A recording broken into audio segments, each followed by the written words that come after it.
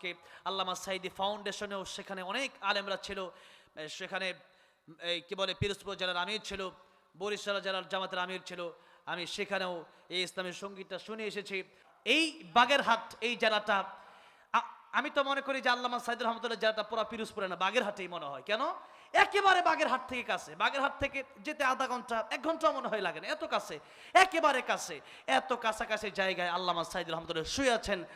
আল্লামা সাঈদী তুমি মরণি, শহীদ হয়েছ তুমি এটাই জানি।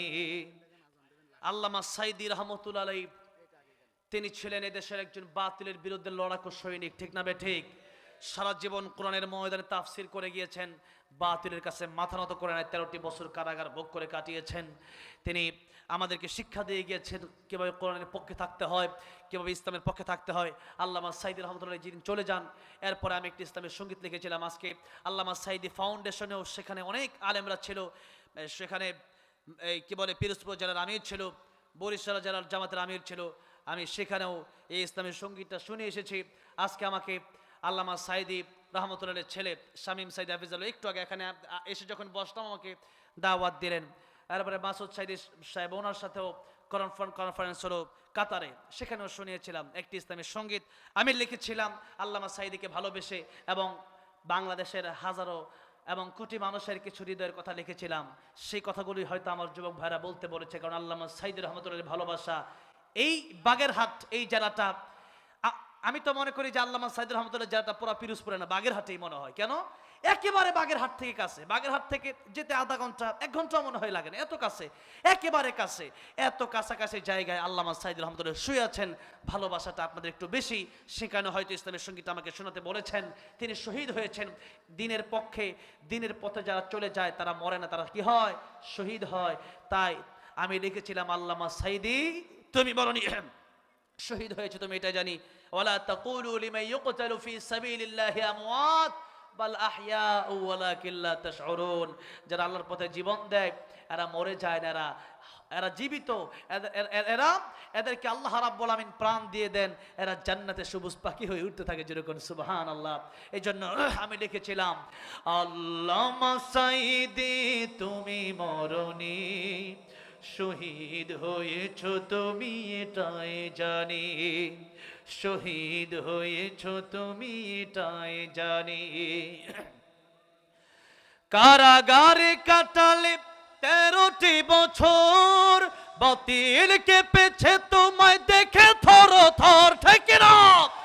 কারাগারে কাটালে 13টি বছর, বাতিল কেঁপেছে তোমায় দেখে থর থর।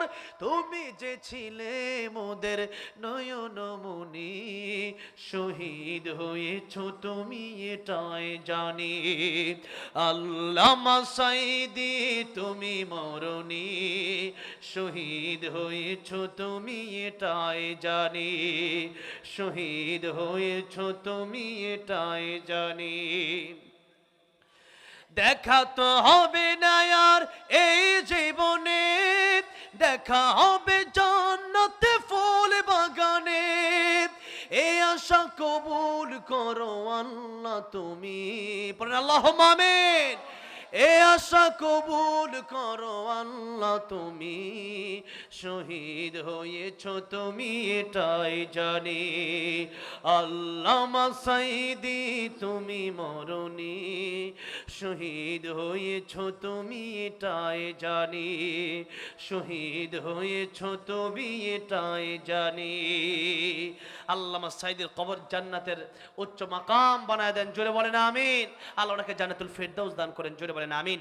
এরপরে এক এক লাইন আমি দেখি, এখন অনেকগুলো রিকোয়েস্ট আসছে, আবার সব মানে কয়েকজন মিলে একটা বুদ্ধি পরামর্শ করে লিখছে, বারবার কি বলবে একসাথে লিখে দিছে আমার পোস্টার ভইরা এক লাইন করে।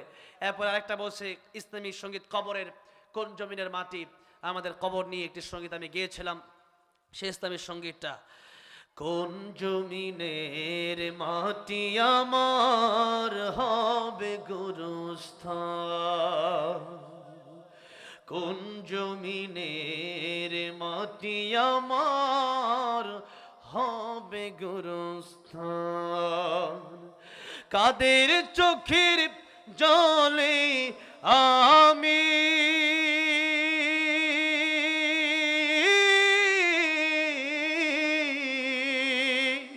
কাদের চোখের জলে আমি পাব পরিত্রাণ কোন জমিনের মাটি আমার হবে গুরুস্থান। মা আর বাবার দিকে দৈনিক কতবার তাকানো যায় বলে? অনেকবার, অসংখ্যবার, অগণিত হিসাব ছাড়া। কিন্তু আমরা যখন হজে যাই সেই সময় আমাদের অনেক প্রস্তুতি। হজে কি এমনি যাওয়া যায় নাকি? টাকা লাগে না? 5-10 লাখ টাকার প্রয়োজন। এরপরে মনে করেন যেতে হবে, তোয়াফ করতে হবে, সাই করতে হবে, মিনায় যেতে হবে, মুজদালিফে যেতে হবে, আরাফার মধ্যে যেতে হবে, কোরবানি করতে হবে, অনেক কাজ। এত কাজ করার পরে হজ কবুল হলো কি হলো না তা কিন্তু আমি জানি না। জানি না। কিন্তু নবীজি বলছেন মার বাবার দিকে এক একবার করে তাকাবা, এক একটা কবুল হজের সওয়াব আল্লাহ রাব্বুল আলামিন দান করে দিবে। কিন্তু সেই জনম দুঃখিনী মায়ের দিকে তাকায় না। বিশেষ করে যুবক ভাইরা যাদের মা আছে, অনেক বড় বিপদ মা নাই বাবা নাই, তারা হয়তো এই ওয়াজ শুনলে তাদের কষ্ট লাগে, মাঝে মাঝে তাদের চেহারা মলিন হয়ে যায়। তা আমার তো মা নাই বাবা নাই, তা আমি তাকাবো কার দিকে? আমার তো মা নাই। পৃথিবীতে এমন কোনো ব্যক্তি নাই যে ব্যক্তির দিকে তাকাইলে পরে, পীর সাহেবের দিকে তাকাইলে পরে কবুল হজের সওয়াব আছে, হাদিস আছে? নাই। কিন্তু মার বাবার দিকে তাকালে কিছু সওয়াব, কবুল হজের সওয়াব, অমূল্য সম্পদ। এইজন্য মা আর বাবা, নবী হাদিস শরীফের ভিতরে বলছেন মা আর বাবা হুমা জান্নাতুকা হুমা নারুকা। মা বাবা তোমার জন্য জান্নাত, মা বাবা তোমার জন্য কি জাহান্নাম। মা বাবারে খুশি করো, আল্লাহ খুশি হবে। মা বাবা কষ্ট পেয়ে যাবে, আল্লাহ কষ্ট পেয়ে যাবে। তাহলে বলেন মা বাবারে খুশি করার দরকার আছে না নাই? রাসূল করিম সাল্লাল্লাহু আলাইহি সাল্লাম একদিন যাচ্ছেন, পথ দিয়ে হেঁটে যাচ্ছেন। যাওয়ার সময় দেখলেন একটা কবর আযাব হচ্ছে। আমার নবীজি কবর আযাব দেখতে পারতেন। আমার নবীজি তিনি একদিন বললেন আমার উম্মতের জন্য আমার মনে চায় আমি আল্লাহর কাছে দোয়া করি আমার উম্মতকে যেন আল্লাহ কবরের আযাব দেখায় দেয়। কিন্তু কেন দোয়া করি না? তার কারণ হচ্ছে আমার উম্মত যদি কবর আযাব দেখে তার মায়ের লাশ নিয়ে কবরে যাবে না, বাবার লাশ নিয়ে কবরে যাবে না, ভাইয়ের লাশ নিয়ে কবরে যাবে না, বোনের লাশ নিয়ে কবরে যাবে না, আত্মীয় স্বজনের লাশ নিয়ে কবরে যাবে না। কবরে আযাব দেখার পরে মানুষের নিয়ম শৃঙ্খলা ঠিক থাকবে না, নিজাম ঠিক থাকবে না, এই দুনিয়ার কাজকর্ম ঠিক থাকবে না, ইনকাম ঠিক থাকবে না, বউ চিনবে না, সন্তান চিনবে না, মা চিনবে না, বাবা চিনবে না। কবর আযাব দেখে দেখে এক একজন মানুষ কলিজা ফেটে ফেটে মারা যাবে। এই জন্য দুনিয়ার নিজাম যেন শৃঙ্খলা যেন নষ্ট না হয়, মানুষ যেন তার বাবার লাশ নিয়ে কবরে যায়, মানুষ যেন তার মায়ের লাশ নিয়ে কবরে যায়। এই জন্য আমি নবী দোয়াটা আমার উম্মতের জন্য করি না। কিন্তু কবর আযাব এত ভয়ঙ্কর, নবীজি বললেন এক একটা হাতুড়ির বাড়ির ওজন এত বেশি। নবীজি বলছেন উহুদ পাহাড় আমি দেখে এসেছি, প্রায় 8 মাইল লম্বা উহুদ পাহাড়। একটা বাড়ি যদি উহুদ পাহাড়ে দেওয়া হয়, উহুদ পাহাড়টা ভেঙে চুরমার হয়ে যাবে। আল্লাহু আকবার। সেই হাতুড়ি দিয়ে আমার আপনার কবরে যদি আপনাকে বাড়ি দেওয়া হয়, আমার আপনার অবস্থাটা কোন কি হবে একটু চিন্তা করে দেখেন। কিন্তু সেদিকে আমাদের কোনো চিন্তাই নাই, কবরের দিকে আজকে আমাদের কোনো খেয়ালই নাই। কবরে যেতে হবে সেদিকে সে নিয়ে আমাদের কোনো টেনশনই নাই। ভাইরা আমার, বাবাজিরা আমার, সেজন্য মা আর বাবার কথা বলছিলাম। আল্লাহর নবী যেই মাত্র দেখলেন একটা কবর আযাব হচ্ছে, নবীজি দোয়া করলেন আল্লাহ রাব্বুল আমিন এই যুবকের কবর আযাব তুমি মাফ করে দাও। নবীর দোয়া দাম আছে না নাই? নবী দোয়া করতেছেন। বলেন তো এই পৃথিবীতে আল্লাহর পরে কার মর্যাদা? নবীজির মর্যাদা, ঠিক না বে ঠিক? নবীজির মর্যাদা, আল্লাহর পরেই নবীর সম্মান। কারণ কোরআন শরীফে আল্লাহ রাব্বুল আলামিন নিজের ব্যাপারে বলতে গিয়ে বললেন আলহামদুলিল্লাহি রাব্বিল আলামিন। সবাই পড়েন আলহামদুলিল্লাহি রাব্বিল আলামিন। আমার নবীর প্রশংসা করতে গিয়ে আল্লাহ রাব্বুল আলামিন একই শব্দ ব্যবহার করলেন। আল্লাহ রাব্বুল আমিন বললেন, ওয়ামা আরসালনাকা ইল্লা রাহমাতাল লিল আলামিন। আল্লাহু আকবার। আমার আল্লাহর ব্যাপারে আল্লাহ বললেন, যত জগতের জন্য আমার আল্লাহ রব, তত জায়গার জন্য আমার নবী রহমত। সুবহানাল্লাহ। কারণ এই দুনিয়াতে উম্মতের জন্য নবীজি সারা জীবন কেঁদেছেন। আবার মৃত্যুর সময় নবীজি চোখের পানি ছেড়ে কাঁদছিলেন। জিবরাইল আমিন তখন হাজির, মালাকুল মউত তখন হাজির নবীজির ঘরে। জিবরাইল আমিন বলছেন, ইয়া রাসূলুল্লাহ, ইয়া হাবিবাল্লাহ, আপনার চোখে পানি, আপনি তো আল্লাহর সাথে দেখা করতে যাবেন, আল্লাহর সাথে আপনার দিদার হয়ে যাবে, আপনি কাঁদেন কেন? নবীজি বলছেন, জিবরাইল, আমি আমার জন্য কাঁদি না। জিবরাইল বলেন, ইয়া রাসূলুল্লাহ, আপনি কি তাহলে আয়েশা, ফাতেমা, আপনি কি হাসান হুসাইনের জন্য কাঁদেন? নবীজি বলছেন, জিবরাইল, আমি আয়েশা আর ফাতেমা আর হাসান হুসাইনের জন্য কাঁদি না, আমি কাঁদি কেবলমাত্র আমার গুনাহগার উম্মতের জন্য। আল্লাহু আকবার। মন আমার কাঁদে রে, প্রাণ আমার কাঁদে রে, যেতে সোনার মদিনায়, যেই মদিনা ধন্য হলো, যেই মদিনা ধন্য হলো, পেয়ে তবু ঠিকানা।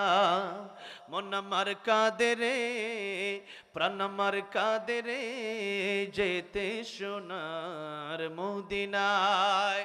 আল্লাহ জীবনে একবার হলো আমার নবীর রওজা জিয়ারতের তৌফিক দিও, জোরে বলেন আমিন। আমার নবী যে কিয়ামতের ময়দানেও পৃথিবীর সব মানুষগুলো নফসি নফসি নফসি বলে চিৎকার মারবে, সমস্ত নবীরাও নফসি নফসি বলে চিৎকার করতে থাকবেন। একজন নবী রাহমাতুল লিল আলামিন, সাইয়্যিদুল মুরসালিন, খাতামুন নবীন, তিনি শুধু নিজে চিন্তা করবেন না, তিনার জবান থেকে বের হবে উম্মতি উম্মতি। আল্লাহু আকবার। সেই নবীজি তিনি আমাদের আইডল হবেন। কোন গায়ক গায়িকা, নায়ক নায়িকা আমাদের আদর্শ হতে পারে না। মান তাশাব্বাহা বিকওমিন ফাহুয়া মিনহুম। নবীজি বলছেন, যে যাকে অনুসরণ করবে সে তার সাথে কিয়ামতের ময়দানে উঠবে। কিন্তু আজকে দেখা যায় আমরা অনুসরণ করি আমাদের এমন নেতাকে, যেই নেতা নবী রাসূল আল্লাহ রাসূল মানে না, এমন খেলোয়াড়কে পছন্দ করি যেই খেলোয়াড় খ্রিস্টান, এমন নায়ককে পছন্দ করি যারা অশ্লীলতা ছড়ায়। এজন্য আদর্শ হবে বিশ্বনবী, মডেল হবেন বিশ্বনবী। কারণ কিয়ামতের ময়দানে নবীর সুপারিশ আমাদের দরকার আছে না নাই? তাই আদর্শ হবেন কে? লাকাদ কানা লাকুম ফি রাসূলিল্লাহি উসওয়াতুন হাসানাহ ওয়া ইন্নাকা লাআলা খুলুকিন আযীম। আদর্শ হবেন বিশ্বনবী মুহাম্মদ রাসূলুল্লাহ সাল্লাল্লাহু আলাইহি সাল্লাম। ভাইরা বাবাজিরা, এই জন্য এই দুনিয়াতে আমরা আদর্শ আমার নবীকে যদি না বানাই, কিয়ামতের ময়দানে নবীর সুপারিশ আমার নসিব হবে না। ভাইরা বাবাজিরা, যে নবী তিনি হচ্ছেন রাহমাতুল লিল আলামিন, আল্লাহ হচ্ছেন রাব্বুল আলামিন, আর আমার আল্লাহ একই শব্দ ব্যবহার করে বললেন রাহমাতুল লিল আলামিন আমার নবী। এখন দেখেন, আমার নবী, যে নবী দোয়া করতে দেরি হয়, কবুল হতে দেরি হয় না, সেই নবী যে আজকে দোয়া করলেন কবুল হচ্ছে না। এবার আমার নবীজি দ্বিতীয়বার আরেকবার দোয়া করলেন। নিয়ম হচ্ছে একবার দোয়া কবুল হচ্ছে না, আবার করেন, আবার হচ্ছে না, আবার করেন। নবীজি এক একটা কথা, গুরুত্বপূর্ণ কথাগুলো যখন বলতেন, আমাদের ধৈর্য কম, তাই একটা কথা একবার শুনে আরো যে সামনে গুরুত্বপূর্ণ আছে ওইটাও শোনার ধৈর্য আমাদের নাই। সাহাবায়ে কেরাম রাদিয়াল্লাহু আনহুম আজমাইন তো ধৈর্যশীল ছিলেন, ওয়াবাশশিরি সাবিরিন, কারণ ধৈর্যের পুরস্কার তো আল্লাহর জান্নাত হয়। কি হয়? আল্লাহর জান্নাত হয়। কিন্তু আমাদের তো ধৈর্য কম। কিন্তু রাসূল করিম সাল্লাল্লাহু আলাইহি সাল্লাম এক একটা গুরুত্বপূর্ণ কথা তিনবার করে বলতেন। কয়বার করে বলতেন? তিনবার করে বলতেন। কথা যখন বলতেন হাসি মুখে কথা বলতেন। কুলু লিন্নাস হুসনা, মানুষের সঙ্গে কথা বলার সময় কর্কশ মেজাজে না হাসি খুশি মেজাজে? হ্যাঁ, এটা হচ্ছে নবীর আদর্শ।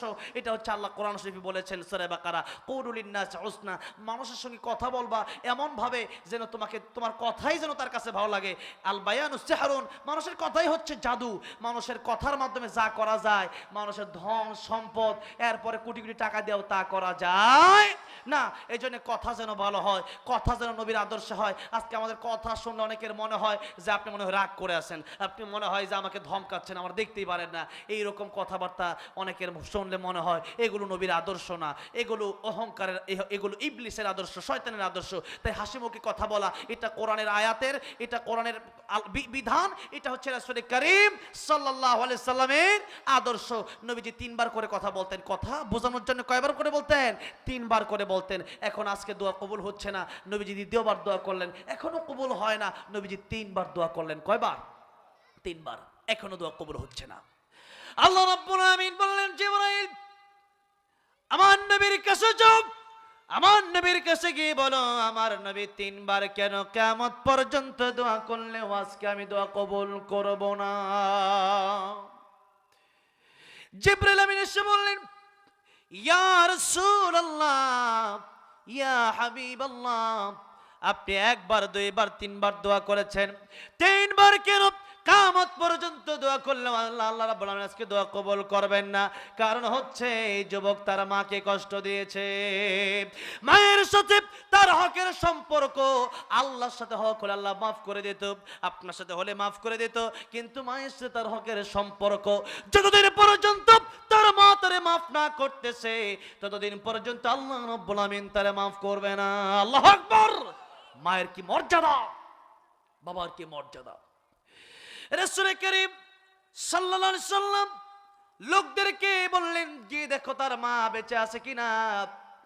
দেখা গেল ছেলেটার মা বেঁচে আছে। ডাকা হলো, নবীজি সালাম জানা হলো। মহিলা এসে বলল, আসসালামু আলাইকা ইয়া রাসূলুল্লাহ, ইয়া রাসূলুল্লাহ, ইয়া হাবিবাল্লাহ, আপনি আমাকে ডেকেছেন, কেন ডেকেছেন বলেন, আমি কি করতে পারি? নবীজি বললেন, এই যে কবর দেখা যায় এটা কার কবর? মহিলা বলল, ইয়া রাসূলুল্লাহ, ইয়া হাবিবাল্লাহ, এটা তো আমার সন্তানের কবর।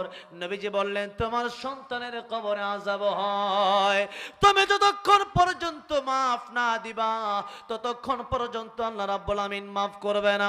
মহিলা ডেকে বলি, ইয়া রাসূলুল্লাহ, ইয়া হাবিবাল্লাহ, আমি মাফ করতে পারবো না। দেখেন কত কষ্ট দিলে পরে জনম দুঃখিনী মা, তার এত হৃদয়টা পাষাণ হয়ে যায়, কত কষ্ট পেলে পরে হৃদয়টা কঠোর হয়ে যায়, পাথর হয়ে যায়। জনম দুঃখিনী মা বলছে, মাফ করব না। ইয়া রাসূলুল্লাহ, ইয়া হাবিবাল্লাহ, আমার সন্তান এত বেয়াদবি করেছে, যে সন্তানকে 10টা মাস 10 দিন পেটে রাখলাম, নিজে না খায়া সন্তানকে খাওয়ালাম, এই সন্তানকে 2 বছর দুধ পান করালাম, কোলে পিঠে মানুষ করলাম, কত রাত এই সন্তানের জন্য আরামের ঘুম হারাম করে দিলাম। ইয়া রাসূলুল্লাহ, এই সন্তান তার স্ত্রীর কথা শুনে যখন আমাকে পেটেছে, আমার পিটানোর দাগগুলো এখনো আমার পিঠে লেগে আছে। ইয়া রাসূলুল্লাহ, আমার সন্তানকে আমি মাফ করব না। নবীজি কষ্ট পেয়ে গেলেন, সন্তানকে যদি আজকে মা মাফ না করে আল্লাহও কিন্তু মাফ করবে না। নবীজি কষ্ট পেয়ে গেলেন, নবীজি এবার আল্লাহর কাছে দোয়া করলেন, আল্লাহ রাব্বুল আমিন, তার মা যেহেতু তাকে মাফ করবেই না, তুমি তাকে একটু জাহান্নামের আযাবটা একটু দেখায় দাও, কবরের আযাবটা একটু দেখায় দাও। যতই হোক তার তোমা লাগে, একটু হলেও তার মনে মায়া লাগবে তার কবরে আযাব দেখলে। আমার আল্লাহ রাব্বুল আমিন দোয়াটা কবুল করে নিলেন। আমার আল্লাহ রাব্বুল আমিন মহিলাকে কবরে আযাব যখন দেখায় দিলেন, মহিলা একটা চিৎকার মারছে, ইয়া রাসূলুল্লাহ, ইয়া হাবিবাল্লাহ, কবর আযাব যত কঠিন হয় তা আগে বুঝি নাই। ইয়া রাসূলুল্লাহ, ইয়া হাবিবাল্লাহ, তা আগে ভাবি নাই। ইয়া রাসূলুল্লাহ, যত কষ্ট আমি মাকে দিয়েছে, দুনিয়ার সব কষ্ট একত্রিত করলেও কবরে একটা সেকেন্ড আযাবের সমান হবে না। ইয়া রাসূলুল্লাহ, ইয়া হাবিবাল্লাহ, আমার সন্তানের কষ্ট দেখে আর সইতে পারছি না, আমার সন্তানকে এই মুহূর্তে আমি মাফ করে দিলাম। মা যেই মুহূর্তে মাফ করে দিয়েছে, আমার নবী তাকে দেখতেছে, সেই যুবকের কবর সাথে সাথে জান্নাতের বাগান হয়ে গেছে।